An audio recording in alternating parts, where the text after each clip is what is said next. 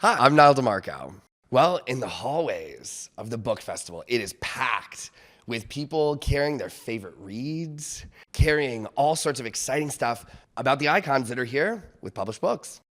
I actually just had a panel session with Jonathan, which was amazing. Jonathan is incredible, first of all. We had a chance to talk about my book to a full audience of hearing people and of deaf people.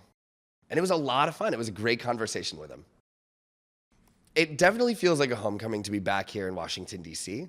I mean, I lived here for 7 years. I went to Gallaudet University here, right around the corner from the Library of Congress. And always during my time in college, I used to run down here on the Avenue. So it's great to be back home. It's good to be back. My book took a little bit over 5 years to make. So about 5 years ago when my team said, Nyle, we think it's time that you write a book. And I said, I don't have any stories to tell anybody. Honestly, I'm just a pretty regular deaf boy, but they convinced me. And in fact, the more that I started thinking about it and my upbringing, especially where I come from, being fourth generation deaf in my family, I really realized I do have some pretty unique stories to tell. So I dove into the writing process, and I dove in with a ghostwriter who's a very good friend of mine. And the goal was always to be able to sign everything and then have it translated into a structure that worked best for a reader. So I had my deaf ghostwriter translate all of my own signs into English.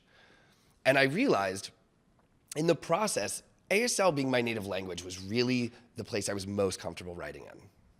And that's how I did it. So we took the book 5 years from concept to finish, definitely. But we started about halfway through that 5 years writing and figuring out exactly how we would structure it, what we wanted the format to look at like, which required me to read a lot of other memoirs and find things that I could borrow from. Growing up, I always went to the library. And typically, it was for me to make a beeline straight to the history section. I loved reading history.